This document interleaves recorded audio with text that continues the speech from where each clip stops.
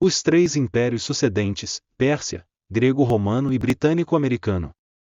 Os hebreus ficam cativos por 70 anos, de 609 a 538 a.C., sendo libertados por Ciro II, o Grande, quando em 539 a.C.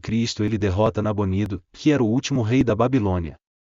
Conforme registrado no cilindro de Ciro, ele diz: Eu sou Ciro, rei do mundo, grande rei, rei legítimo, rei de Babilônia, rei da Suméria e de Acade, rei das quatro extremidades da terra, filho de Cambises, grande rei, rei de Anzã, neto de Ciro I, descendente de Teíspes, de uma família que sempre exerceu a realeza.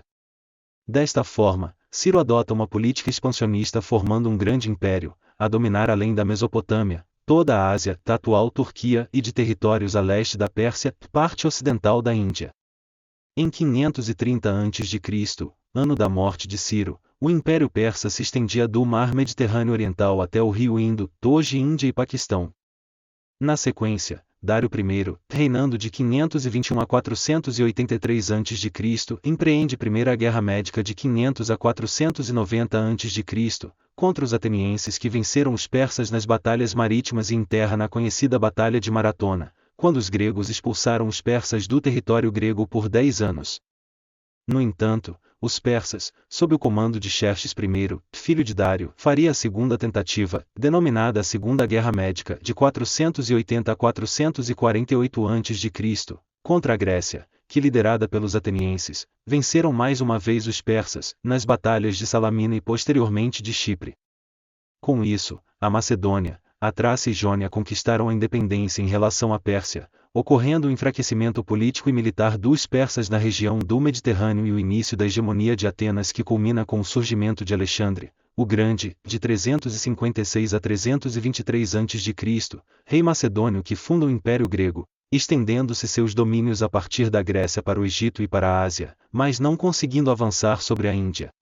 Os conflitos existentes entre a Ásia e Grécia, desde guerras como a de Troia até as empreendidas pelos persas, foram alimentando a fúria dos gregos, de modo que culminariam com a ocupação de toda essa região, destruindo tudo que viesse a afrontar o pensamento helênico, incluindo a devastação de Tiro, conforme já relatada.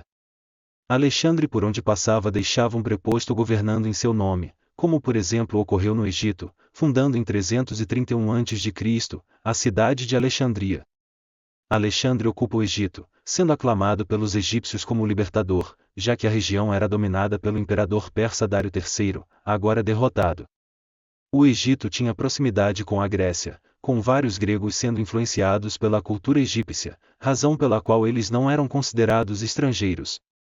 Com a morte de Alexandre em 323 a.C., estabelece-se o início da dinastia ptolomaica, iniciada por Ptolomeu I, que era um general de Alexandre.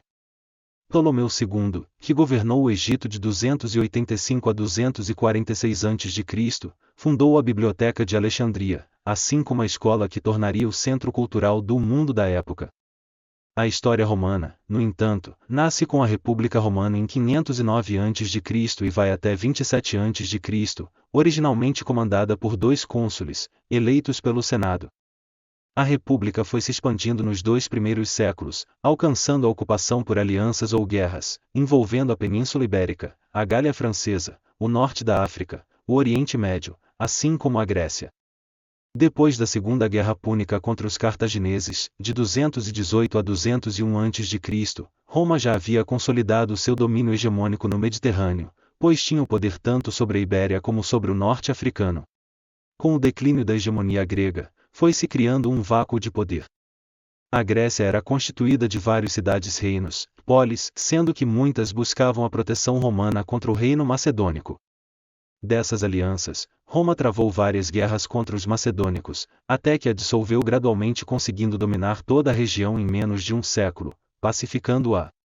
Com o fim da República Romana, nasceu o Império Romano em 27 a.C., estabelecendo o domínio da civilização conhecida, até a sua queda em 476 de nossa era. Como já comentei, o Império Romano é derivado do Império Grego, tendo sido absorvido sem confrontos civilizatórios e culturais. Após a queda de Roma, o mundo entrou na Idade Média, Idade das Trevas, que perduraria por quase 1000 anos, até a queda de Constantinopla que se dá com a tomada da cidade pelos otomanos no ano de 1453, iniciando a Idade Moderna. No entanto, o mundo não teve outro império que exercesse com hegemonia o poder global, até o surgimento do Império Britânico, surgido em 1583, com a Rainha Elizabeth I. Como também já comentei, existiram outros impérios como o hispânico e principalmente o português que relevaram, pelas navegações, o mundo novo, mas sem a capilaridade de poder de domínio como o britânico que se estendeu até o século XX quando foi substituído pelos Estados Unidos da América do Norte, a partir das duas grandes guerras, quando passou a exercer o poder econômico do mundo. O Império Americano, embora tenha uma estrutura política democrática, é uma extensão do inglês, constituindo-se no Quarto Império. Naturalmente, essa questão dos impérios parte da ótica judaico-cristã, constituindo-se em elementos proféticos universais relacionados ao processo de evolução do planeta e como tal devem ser interpretados.